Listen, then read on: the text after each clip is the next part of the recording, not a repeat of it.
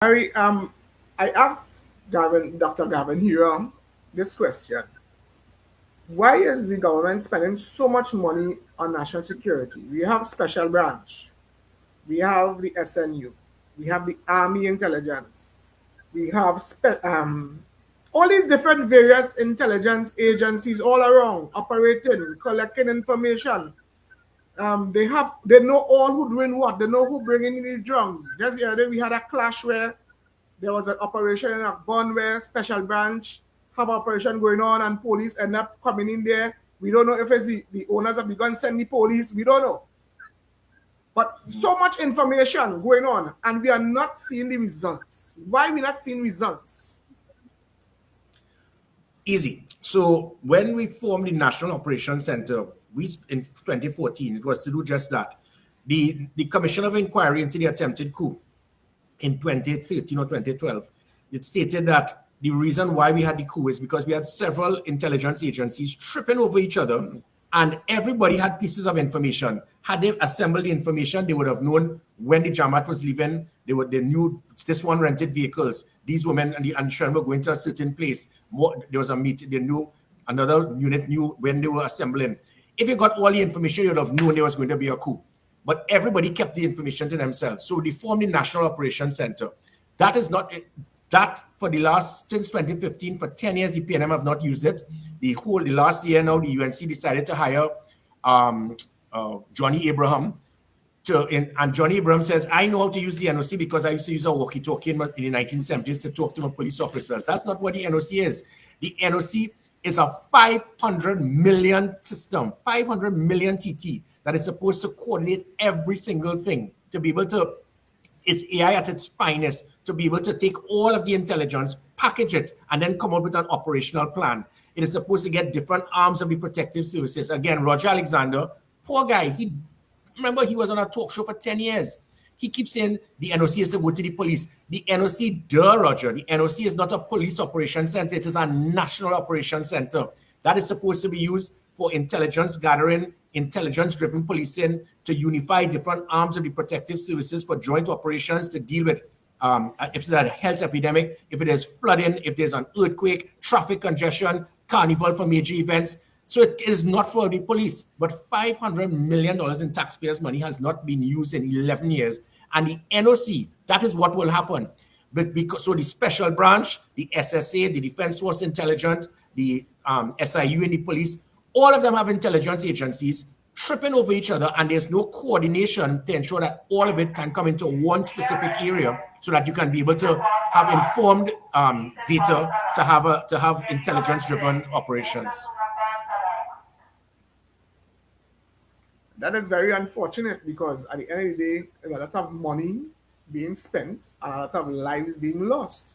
The other question I wanted to ask you to get some clarification on is the ZOSOs may be implemented in known crime hotspots.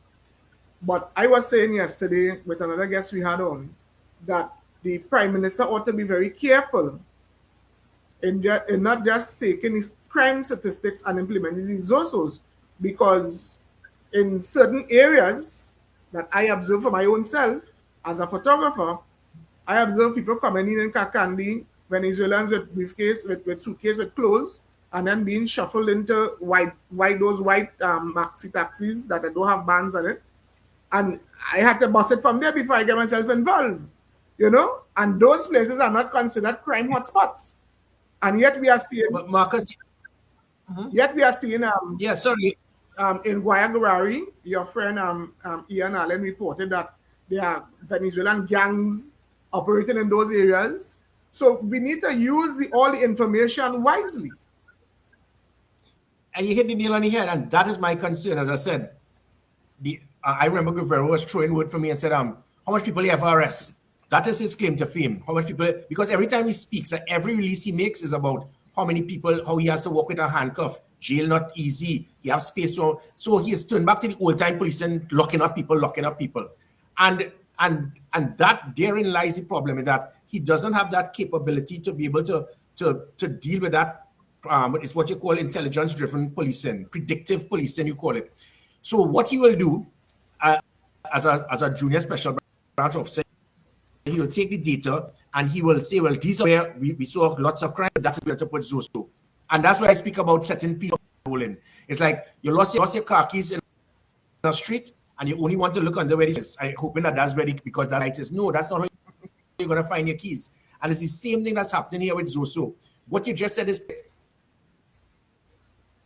pinpoint and prevent crime from happening. It's called predictive policing. When I formed the social media monitoring unit, before it carried the online reporting, the reason why we got 348 murders, which was the lowest number of murders in any given year in 17 years, and still, even with a year of a state of emergency, was because of that. We did predictive policing. Mark Hernandez and Sword, you know, many dozens of lives were saved by them actually intercepting vehicles that were on their way to put hits on people. That is how we were able to reduce crime, not by this. We always speak about trying to solve the crime and detection rate. If you check Chicago and New York, in gang-related shootings, nobody sees anything. Detection rate, once that crime takes place, it's hard to solve. Stop the crime from happening. Get people to put. We had when I had a few moments later, it was just to make people laugh. I will embarrass the person and not arrest them, and that person will now become my confidential informant and will give me information to prevent crime. That is what Zoso should be doing. Looking at where gangs are affiliating, where they are meeting, and be able to curb there and extract information. That area you speak about, that Southwestern Peninsula, Zoso should focus on the Southwestern Peninsula. That's where you get the drugs, the human trafficking, the illegal weapons. That is what Zoso should be about. But what he's going to do, because as I said, Rivera never had any training at an international level in law enforcement. He's not going to understand that, and he's just going to look at the crime statistics, the murders, and say, look, we had more murders in train lines, so let's put Zoso there. That is not the all crime. All you do is deflect crime. You need to put the focus of Zoso in the areas where they're organizing crime. So that's why you always in the military you hit the headquarters. You don't go and hit the front line. You hit the headquarters and cripple the belly so that the rest of it will falter. He's going to be looking at the crime statistics, and again it goes right back to Roger Alexander, where, as I said, he wants it. That National Operations Center would do just that. It would be able to pinpoint and target something to be able to give the information so that the Prime Minister, when she makes a decision as to where Zoso will take place, she will be able to make informed decisions.